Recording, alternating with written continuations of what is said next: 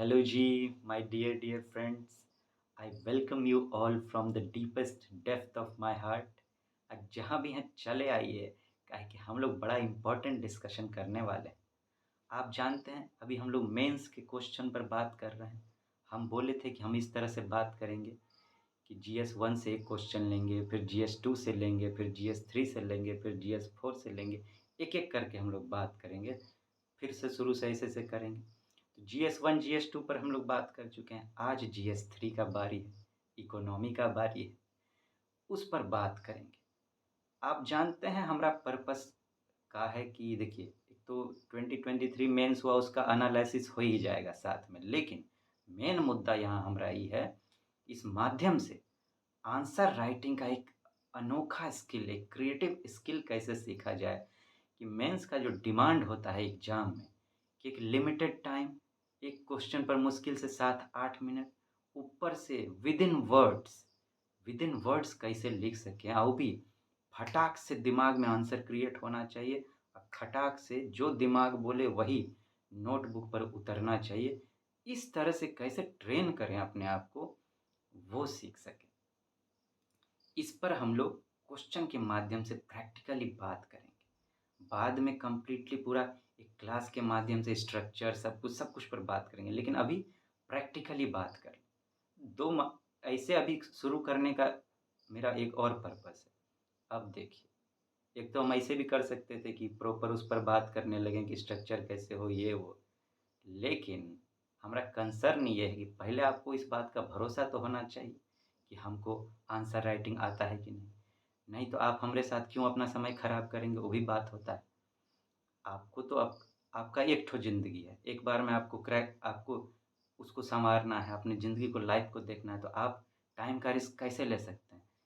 तो आप कभी भी जब किसी का चुनाव करें तो पहले उसको जाँचें-परखें बढ़िया से। तो आपको अगर लगता है कि हाँ, हम आपके लिए फ़ायदेमंद हो सकते हैं, यूज़फुल हो सकते हैं, तभी सीखिएगा हमसे, नहीं तो समय खराब नहीं कीजिएगा। बेकार में हमारे चक्कर में आपकी ज़िंदगी का कुछ गड़बड़ नहीं होना चाहिए ना, हाँ? वो भी बात है। तो देखिए, जब हम अपने आप को मास्टर कर रहे थे इस स्किल में आंसर राइटिंग के, हम जाने सबसे ज़्यादा इम्पोर्टेंट है ये, तो हमको सबसे ज़्यादा काम इसी पर करना पड़ा। जिससे भी पूछने जाओ, क्या बोलता था सर? इंट्रोडक्शन, बॉडी, कंक्लूजन, सबके मुंह पे यही। छोटा सा इंट्रोडक्शन लिख दो, फिर बॉडी लिख दो, फिर कंक्लूजन लिख दो, हो गया आंसर। अरे भैया, लिख दो। और उसमें लिखें का इंट्रोडक्शन, बॉडी, कंक्लूजन तो बुझ गए, लेकिन उसमें लिखें का, वो कैसे लिखें वो तो बताइए। वो तो कोई बताते ही नहीं है। कितना किताब देखे, मूड खराब हो जाता था किताब हुआ सबका आंसर देख के, तक क्या कहें, टू मच सब लिखता था, बेकार बेकार से। अंत में फैसला करना पड़ा कि नहीं भैया, खुद ही सीखना पड़ेगा, तब जाके मास्टर करना पड़ा। तो हम लोग उस माध्यम से बात करेंगे कि वो स्किल निकल के आए। तो जब हम कह रहे थे कि जब हम इसको मास्टर कर रहे थे, तो हमारे दिमाग में विचार आया कि कैसे ट्रेन करना चाहिए अपने आप को, किस लेवल पे ले जाने का ज़रूरत है कि चाहे कुछ भी हो जाए, कोई गड़बड़ ना हो एग्ज़ाम।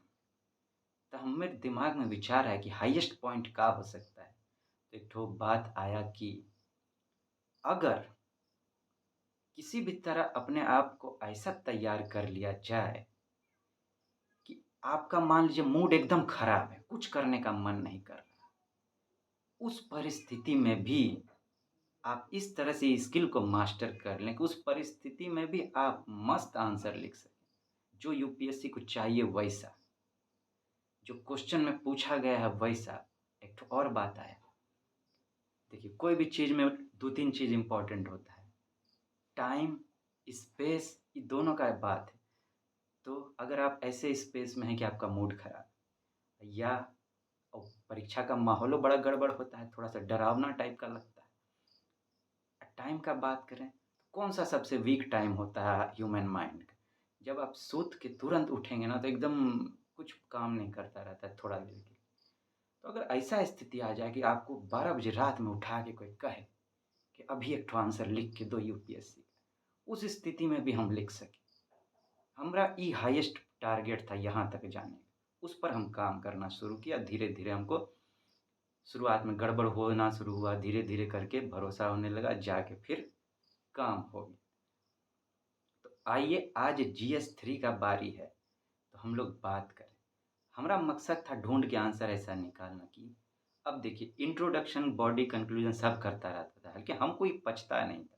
हम कुछ ऐसा निकाला जाए कि क्वेश्चन देख के खटाक उस पॉइंट पकड़ में आए जहाँ से हमको आंसर शुरुआत करना है और का लिखना है वो तुरंत समझ में आए, ऐसा। तो हम जो स्किल निकाले थे उसको हम कहते हैं skill of core words. Core word की जो क्वेश्चन है उसका जो डिमांड है वो उसमें से कुछ कोर वर्ड पकड़ के निकालो जो क्वेश्चन पूछ रहा है। हम कोर वर्ड किसको कहते हैं? जो क्वेश्चन का मेन डिमांड है उसको। ऐसा 2-3 वर्ड होता है, उसको पकड़ के निकालिए। उसमें से देखिए कहाँ से शुरुआत करना है, कैसे लिखना है, ख़त्म करना है। आइए जब अब हम इस पर बात करते हैं, उसके बाद हम एक मॉडल आंसर भी इस पर आपके लिए तैयार किए हैं, वो भी आपको देंगे। आपको उसके बाद वो आंसर को आपको करना ही है कि आप जिसको भी इंडिया का टॉप इंस्टीट्यूट मानते हैं, 3-4 ठो जो भी है, उस सब का आंसर निकालना है। वहाँ पढ़ लीजिएगा जितना भी आंसर लिखा हुआ है।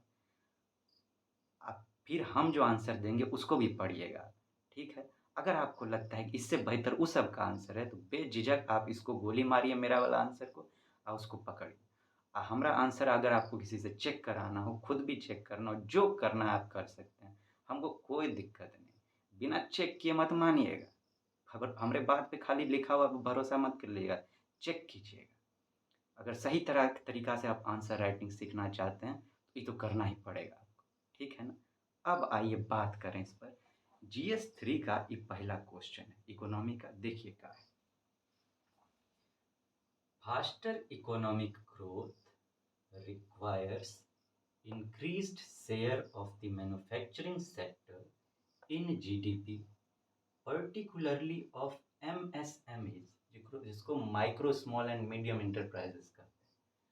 Comment on the present policies of the government in this regard, 150 word में आपको लिखना है। 150 वर्ड में आपको लिखना है। क्वेश्चन को लिखने का जो सबसे इम्पोर्टेंट पार्ट होता है आंसर लिखने का, वो है क्वेश्चन को समझना कि वो पूछ क्या रहा है। हम लोग यहीं गड़बड़ कर जाते हैं। ज़्यादातर स्टूडेंट यहाँ मात खाते हैं। वो क्या करते हैं ज़्यादातर, अब देखिए फास्टर इकोनॉमिक ग्रोथ या MSME, तो इकोनॉमिक ग्रोथ पर लिखना शुरू कर दिए। MSME देखे तो MSME पर लिखना शुरू कर दिए। मतलब वो शब्दों के भ्रम जाल में फंस कर ये नहीं पकड़ पाते कि क्वेश्चन आखिर चाह क्या रहा है। अब वही सबसे बड़ा गड़बड़ हो जाता है। अगर ये समझ में नहीं आया कि क्वेश्चन क्या पूछ रहा है तो आंसर गलत होना तय है, ये तो पक्का है। उसके बाद कहाँ फंसते हैं, शुरुआत कैसे करें, बॉडी कैसे लिखें, कैसे ख़त्म करें, यहाँ भी फंसते हैं, बहुत जगह फंसते हैं। और एक और सबसे बड़ा गलती का होता है, ये सब जो वर्ड आता है जैसे कमेंट है, डिस्क्राइब है, एक्सप्लेन है, इस सब को हम लोग ज़्यादातर जो है वो दाल भात कौर जैसा ले लेते हैं, सब एक के जैसा। अरे नहीं भैया, ये तो सबसे मेन चीज़ है। आंसर किस तरह से लिखना है वो डिपेंड करेगा कि क्या पूछा है। जैसे यहाँ पूछा है कमेंट, आप कहिए comment, explain, describe, critically analyse सब एक के है का? एक के हो सकता है का? नहीं ना। तो इस शब्द को समझना बहुत जरूरी है। जैसे जैसे जो शब्द आएगा क्वेश्चन में हम तो बताते जाएंगे। कमेंट, इससे पहले जो हम GS2 में बात किए थे, GS2 का, उसमें भी कमेंट ही पूछा था, तो हम कमेंट को बड़ा डिटेल में वहाँ पे बताए थे कि कमेंट क्या होता है। फिर भी हम थोड़ा शॉर्ट में यहाँ बताना चाहेंगे। लेकिन देखिए हमारा उस पर भरोसा नहीं है कि कमेंट का 2-4 गो लाइन लिख के दें ई मीनिंग है, ना। प्रैक्टिकली समझाया जाना चाहिए कि कमेंट होता क्या है, क्या कि आपको प्रैक्टिकली लिखना है भाई। अब मान लीजिए एगो फेमस बहुत जो जज है कमेंट के मामला में, हम लोग सुनते होंगे, समझिए प्रैक्टिकली, कि लड़की लोग शिकायत की लड़का लोग हम पे कमेंट मारता है। ये चीज़ तो सब जानते होंगे, इसीलिए हम देखिए हम एकदम प्रैक्टिकल एग्जाम्पल ले रहे हैं। इसको दूसरे मीनिंग में लेने का जरूरत नहीं, यहीं तक सीमित रहेंगे। तो क्या कहता है, कमेंट मार रहा है। तो कमेंट क्या होता है, अब मान लीजिए जो एग्जाम्पल हम वहाँ दिए थे वही यहाँ दे देते हैं, आप चाहें तो वह भी सुन सकते हैं। अब कोई लड़की शॉर्ट ड्रेस में जा रही है सड़क पर, तो लड़का लोग क्या कमेंट मारता है, ए देखो ना, या फिर कोई भी और मारता हो, ए इस लड़की में तो संस्कार नाम का चीज़ें नहीं है, माँ बाप कैसा परवरिश किया है इसका। और उसके बाद क्या, देखो शॉर्ट ड्रेस पहन के जा रही, अब वहीं कोई साड़ी में जा रही हो, तब क्या कहेंगे, देखो कितना संस्कारी लड़की है, माँ बाप कितना अच्छा संस्कार दिए हैं, इंडियन कल्चर को फॉलो कर रही है, साड़ी पहन रही है। तो कमेंट का क्या मतलब यहाँ से निकल के आता है कि पहले तो अगर कोई चीज़ है तो उसको देखकर आप कुछ शॉर्ट में कहेंगे। जैसे कि संस्कारी का अगर बात करें, संस्कारी इंसान तो उसका बहुत सारा कैटेगरी है कि वो अच्छे से सबसे बात करता है, अच्छे से अपना काम करता है, कोई भी चीज़ को बर्बाद नहीं करता, तो संस्कारी का बहुत सारा चीज़ है। लेकिन यहाँ पे बोल रहा है शॉर्ट में, संस्कारी बोल दिया या कुसंस्कारी बोल दिया वहाँ पे। उसका फिर तो मतलब पहले कमेंट मारा कि संस्कारी कि कुसंस्कारी, मतलब शॉर्ट में कुछ ऐसा बताया जो बहुत बड़ा है, उसको शॉर्ट में बताया, साथ में बताने के बाद एक दो ठो एग्जाम्पल भी दे रहा है कि शॉर्ट ड्रेस पहनी है इसीलिए कुसंस्कारी है, इंडियन कल्चर को फॉलो नहीं कर रही है इसीलिए कुसंस्कारी, या फिर शॉर्ट साड़ी पहनी है इसीलिए संस्कारी है, और वो क्या कहते हैं इंडियन कल्चर फॉलो कर रही है इसीलिए संस्कारी। तो पहले कुछ बोले, उसके बाद एक दो ठो एग्जाम्पल से उसको प्रूफ करने का ट्राई करते हैं। ऐसा जो वे ऑफ सेइंग है इसको कमेंट बोलते हैं, ठीक है। इसी तरह से हमको इसको क्वेश्चन को डील करना होगा। पहले तो ये बात होगी। अब जरा आए कि हम जो कोर वर्ड का बात कर रहे हैं कि अब क्वेश्चन आंसर का शुरुआत कैसे किया जाए, पहले तो क्वेश्चन समझ लें। आए क्या कह रहा है कि faster economic growth, faster economic growth के लिए जरूरी है increased share of the manufacturing sector. Manufacturing sector जो है उसका शेयर जो है वो बढ़े। किस चीज में शेयर, इन जीडीपी।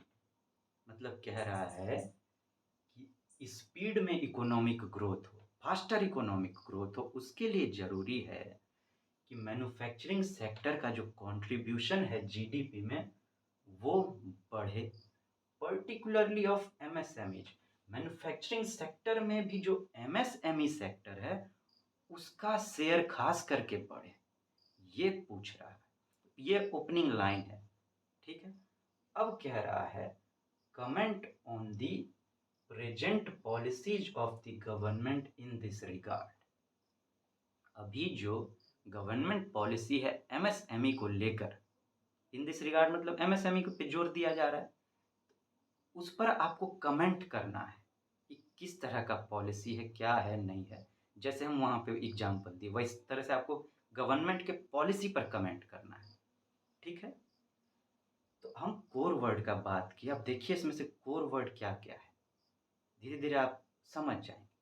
यहाँ दो तीन वर्ड है जो, एक तो बात है क्या, फास्टर इकोनॉमिक ग्रोथ। उसको क्या चाहिए, फास्टर इकोनॉमिक ग्रोथ चाहिए, और वो कहाँ से मिलेगा, मैन्युफैक्चरिंग सेक्टर से, वो भी खास करके एमएसएमई से। मतलब वो मैन्युफैक्चरिंग सेक्टर का थोड़ा सा चर्चा चाह रहा है, और साथ में ज़्यादा चर्चा किसका चाहता है, एमएसएमई का ज़्यादा चर्चा चाहता है। इसीलिए मैन्युफैक्चरिंग सेक्टर भी लिखा है और साथ में पर्टिकुलरली देखिए एमएसएमई लिखा है। अगर उसको मैन्युफैक्चरिंग सेक्टर का बिल्कुल चर्चा नहीं चाहिए होता ना, तो मैन्युफैक्चरिंग सेक्टर लिखता ही नहीं, डायरेक्ट खाली एमएसएमई लिखता। लेकिन वो चाह रहा है आप उसका भी थोड़ा चर्चा करें, ठीक है। तो इसको अब ये आपको दिखाना पड़ेगा यहाँ पर कि इसके कंट्रीब्यूशन बढ़ने से जीडीपी में फास्टर इकोनॉमिक ग्रोथ कैसे होगा, इसका थोड़ा सा आपको झलक दिखाना पड़ेगा। और फिर आपको बताना पड़ेगा कि गवर्नमेंट का पॉलिसी एमएसएमई को लेकर क्या है, और उस पर आपको कमेंट करना पड़ेगा। पहले तो कमेंट डायरेक्ट कैसे कीजिएगा, पहले तो पॉलिसी आप बताइए कि गवर्नमेंट क्या पॉलिसी अपनाई हुई है, और उसके बाद उस पर कमेंट मारना है आपको। ये है क्वेश्चन का असली डिमांड, ठीक है। इस तरह से आपको ढूंढ के निकालना पड़ेगा। अब जब आप कोर वर्ड ढूंढ लिए तो इसी में से आपको तैयार करना पड़ेगा कि कैसे शुरुआत करें। अब हम आपको सब समझाएँ, अब देखिए कि कैसे आंसर बनना चाहिए, हम फ़ॉर्म करते हैं, आप उसको समझने का ट्राई कीजिए, फिर हम आपको लिख के भी देंगे। अगर यहाँ पर अब हम बोले थे क्या? फैक्ट आंसर का शुरुआत कभी भी आपको फैक्ट से करना चाहिए। एक इम्पोर्टेंट फैक्ट से जो कि क्वेश्चन को रिप्रेजेंट करता हो, ऐसा किसी फैक्ट से आपको शुरुआत करना चाहिए आंसर लिखने का। फैक्ट से होता है कि आपका आंसर जो है वज़नदार बनता है, उसमें डेप्थ आता है, तो आपको ज़्यादा नंबर मिलेगा। तो पहले कोई फैक्ट से शुरुआत करेंगे जो इसको रिप्रेजेंट करे, उसके बाद अब कह रहा है कि मैन्युफैक्चरिंग सेक्टर का शेयर बढ़ने का ज़रूरत है फास्टर इकोनॉमिक ग्रोथ के लिए, तो पहले उसको फास्टर इकोनॉमिक ग्रोथ चाहिए। तो अगर हम ये बता दें कि फास्टर इकोनॉमिक ग्रोथ किस चीज़ से मिलता है, पहले ये बता दें और फिर ये बताएँ कि वो तो कह रहा है कि मैन्युफैक्चरिंग सेक्टर में बढ़ना चाहिए, इसका मतलब इसके अलावा जो है, वो लोग उतना कंट्रीब्यूट नहीं कर पा रहा है ठीक से, तभी तो उसको मैन्युफैक्चरिंग सेक्टर का ज़रूरत है। तो अगर हम दूसरे कुछ सेक्टर का ये दिखा दें कि उसमें क्या कमी है और उसके बाद ये दिखाएँ कि मैन्युफैक्चरिंग सेक्टर क्या कर सकता है और एमएसएमई क्या कर सकता है, उस गैप को कैसे भर सकता है, ये दिखा दें। उसके बाद हम गवर्नमेंट पॉलिसी बता दें एमएसएमई को लेकर और फिर उस पर कमेंट कर दें, तो क्वेश्चन का सारा डिमांड पूरा हो जाएगा और यही तो चाहिए। वो जो पूछा है वो आपको देना है, अगर वो आप दे दिए तो आपको नंबर बूम मिल जाएगा। अब हम समझा दिए आपको क्या करना है, अब हम लिख रहे हैं, ठीक है? अब आप उसको उसके बाद हम जो कहे थे आपको जहाँ देखना है आप पूरा एकदम प्रोसेस से जाइएगा, चेक कीजिएगा उसको, तब यकीन कीजिएगा, ठीक है? अब हम आंसर लिख रहे हैं।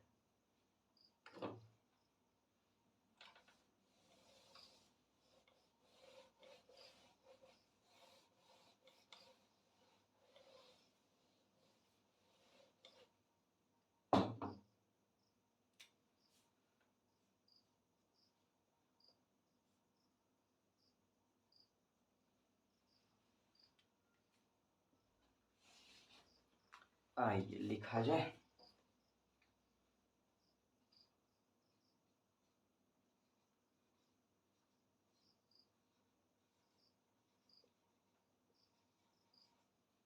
Manufacturing sector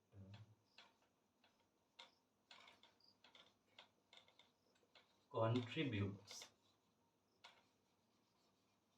only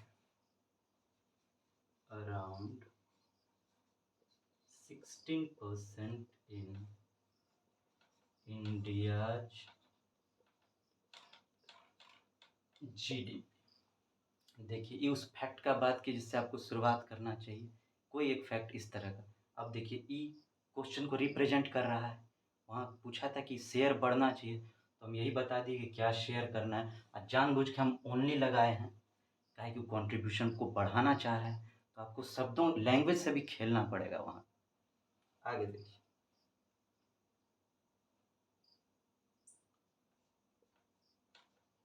faster economic growth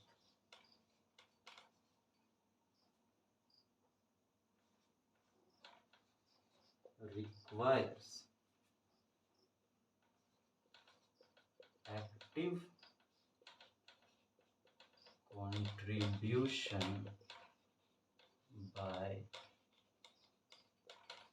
majority of workforce।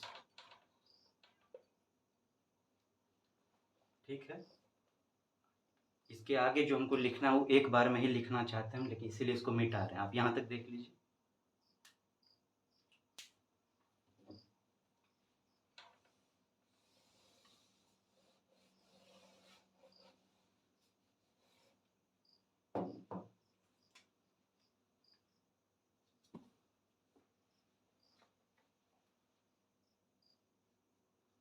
In the Indian economy,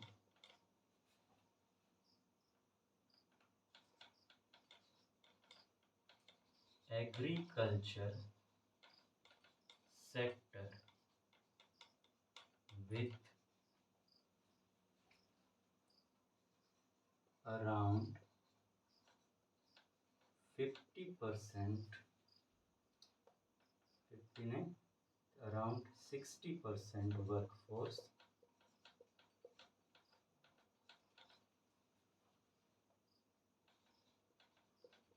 contributes only around 17% in GDP, thus lacks incentivized working conditions,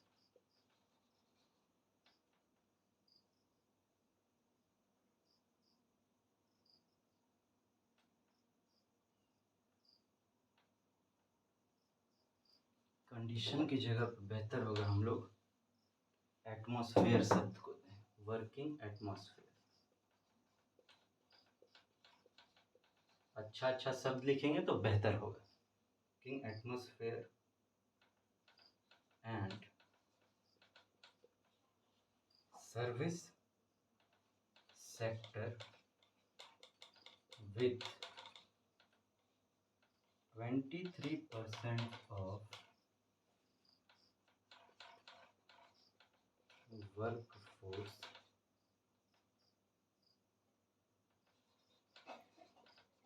contributes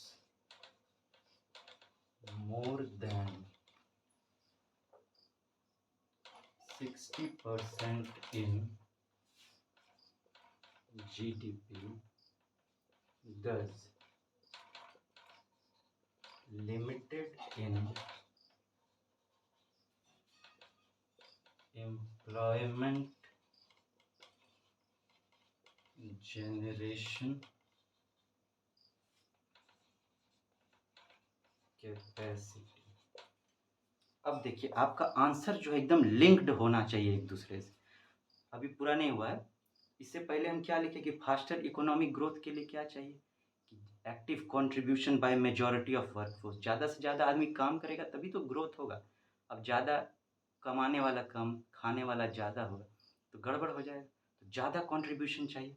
तो देखिए एक तरफ एग्रीकल्चर सेक्टर क्या दिखा रहा है, एम्प्लॉय तो किया हुआ है लेकिन कंट्रीब्यूट कितना कर रहा है, मात्र 60% आदमी लेके मात्र 17% कंट्रीब्यूशन कर रहा है। ये भी गड़बड़ है। एम्प्लॉय तो आप कर लिए लेकिन क्या कहते हैं एक्टिवली एम्प्लॉय नहीं किए हैं, रिवेन्यू नहीं मिल रहा है उस तरह से। और दूसरे तरफ सर्विस सेक्टर कंट्रीब्यूट तो कर रहा है 60% से ज़्यादा, लेकिन एम्प्लॉय कितना किया हुआ है, मात्र 23%। ये भी गड़बड़ है। खाली कंट्रीब्यूट कर, इसका ज़्यादातर वर्क फोर्स जो है वो तो आप ले नहीं रहे हैं, तो दोनों चीज़ करना होगा ना। वर्क फोर्स भी ज़्यादा होना चाहिए, साथ में वर्क फोर्स जो ज़्यादा वो ऐसा होना चाहिए जो रिवेन्यू ग्रोथ को जनरेट कर सके। दोनों होगा तब ना इकोनॉमिक ग्रोथ होगा, एक तरफा तो होगा नहीं। तो ये एग्रीकल्चर एक तरफ का काम कर रहा है, एम्प्लॉय कर रहा है लेकिन रिवेन्यू जनरेट नहीं कर रहा है। सर्विस सेक्टर रिवेन्यू जनरेट कर रहा है लेकिन एम्प्लॉय नहीं कर रहा है, तो दोनों में कुछ ना कुछ कमी है। अब मैन्युफैक्चरिंग सेक्टर इसको कैसे भरेगा वो देखना। इसको मिटाते हैं फिर लिखते हैं। देख लीजिए, देख लीजिए कैपेसिटी है, ठीक है, मिटा रहे हैं हम इसको।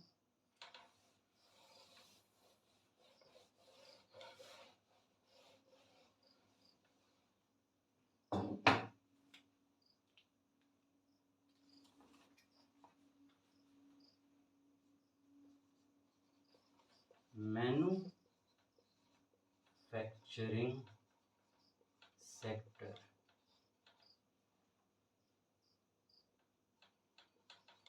particularly the MSMEs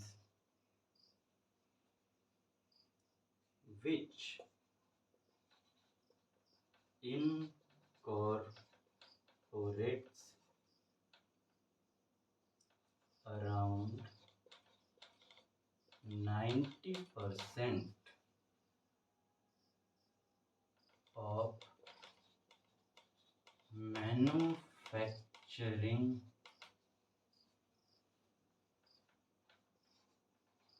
sectors workforce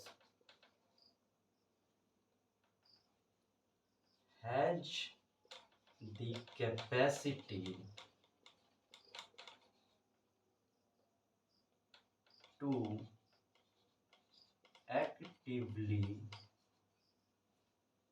and remuneratively employ a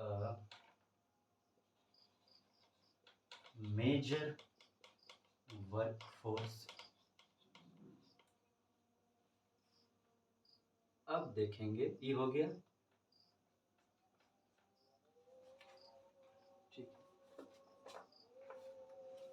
मिटाई देके देते हैं काहे कि अच्छा वैसे हम ट्राई करते हैं ये लिखने का। चलिए अब आ गया बात, बता दी कि मैन्युफैक्चरिंग सेक्टर्स को कैसे गैप को भर सकता है। अब देखिए पॉलिसीज ऑफ गवर्नमेंट, वैसे ही लिखना ठीक होगा। हम चाहते हैं कि जो एक सेक्शन हो वो पूरा पूरा आपको समझ में आए। तो हम जरा इसको मिटा रहे हैं, देख लीजिए आप, इसको हटाइए, ये देखिए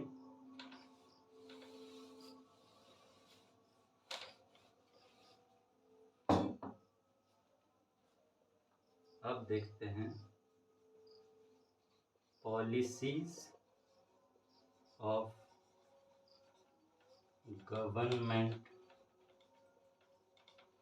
towards MSMEs।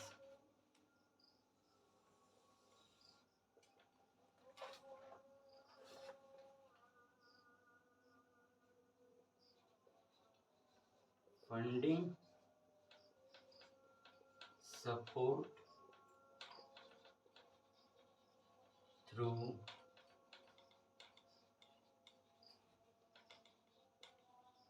programs like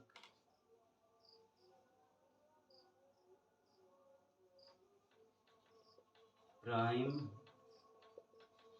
Minister Employment Generation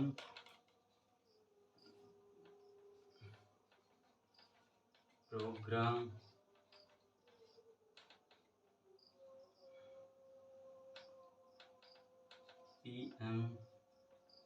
PMEGP, and skilling and training through programs like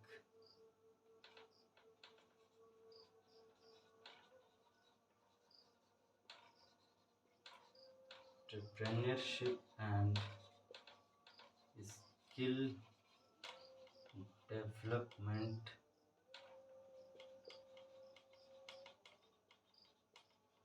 program ESDP। हम कहे थे आपको एक दो एग्जाम्पल देना है, तो ये रहा गवर्नमेंट पॉलिसी और उनका कुछ एक दो एग्जाम्पल। वर्ड लिमिट को भी हम लोग को ध्यान रखना है। अब इस पर हम लोग को कमेंट करना है, तो अब हम कमेंट लिखने जा रहे हैं जो आखिरी पार्ट है, ठीक है, ये देख लीजिए आप।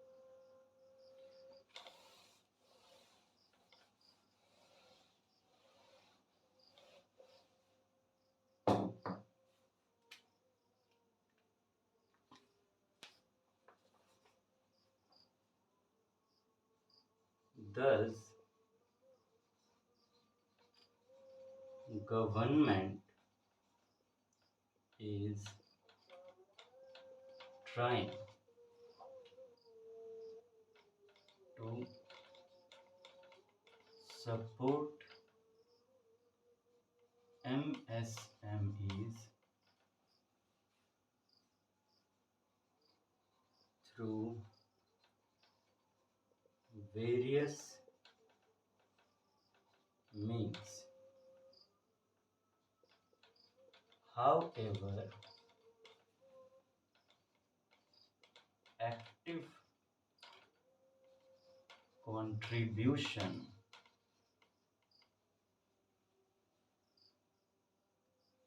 demands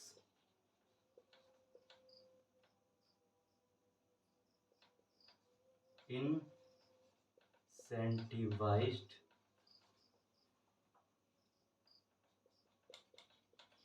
workforce and attractive working opportunities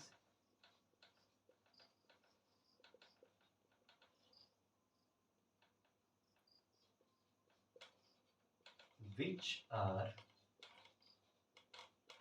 missing in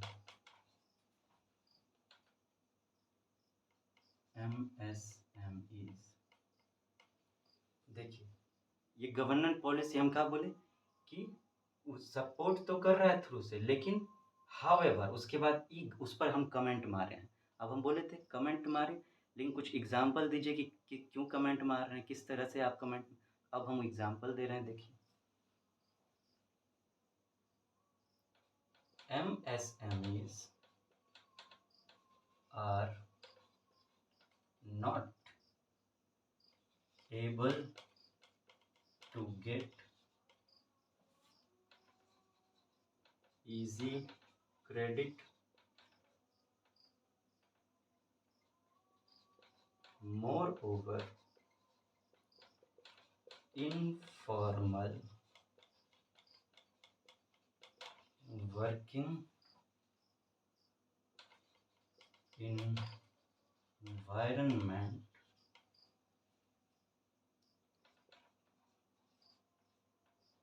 keeps them out of social safety nets। हो गया एक दो एग्जाम्पल कि वो उनको आसानी से क्रेडिट लोन नहीं मिलता है और इनफॉर्मल वर्किंग एनवायरनमेंट में काम करते हैं, तो सोशल सिक्योरिटी भी नहीं मिल पाता है, सेफ्टी भी नहीं मिल पाता है उनको। तो अब फाइनल इसको क्वेश्चन से जोड़ना होगा। Government policies need to provide incentivized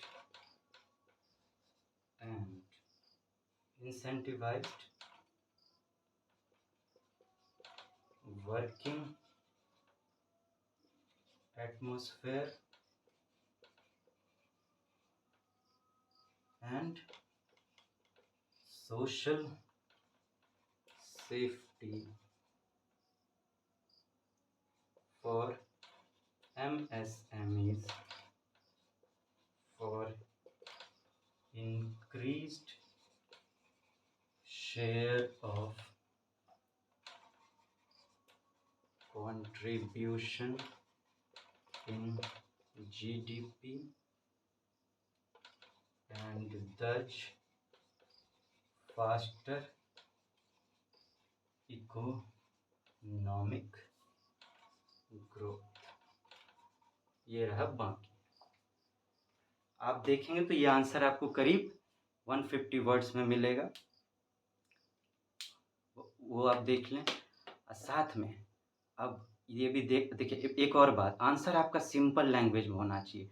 ज़्यादा भारी भरकम करेंगे तो एग्जामिनर का मूड खराब होगा, अगर उसको समझ में नहीं आया तो फिर उस अच्छा से मार्किंग नहीं कर पाता। तो आंसर एकदम सिंपल वर्ड में होना चाहिए, जो कॉमन लोग को भी समझ में आए। जनरल स्टडीज़ है हाँ, लेकिन आंसर होना चाहिए वजनदार, स्पेसिफिक। सब कुछ आप देखें इसमें, ठीक है। आप इसको चेक करें अच्छे से, समझें और फिर देखें कि चेक करने में दो तीन बात का ध्यान रखिए। देखिए कि जो क्वेश्चन में पूछा गया है, वो पूरा-पूरा आंसर में बताया गया है कि नहीं, तब जाके असल बात होता है। आप जैसे चाहें वैसे चेक करें। हम बोले वो सब जो-जो शुरू में हम बोले इधर-उधर से सब पढ़िएगा टॉप इंस्टीट्यूट सबका भी, तब इसको सेलेक्ट कीजिएगा अगर आपको पसंद आए, नहीं तो उसी सब को सेलेक्ट कीजिएगा। ठीक है ना? जल्दी मिलते हैं फिर आपसे। टाटा गुड बाय करते हैं।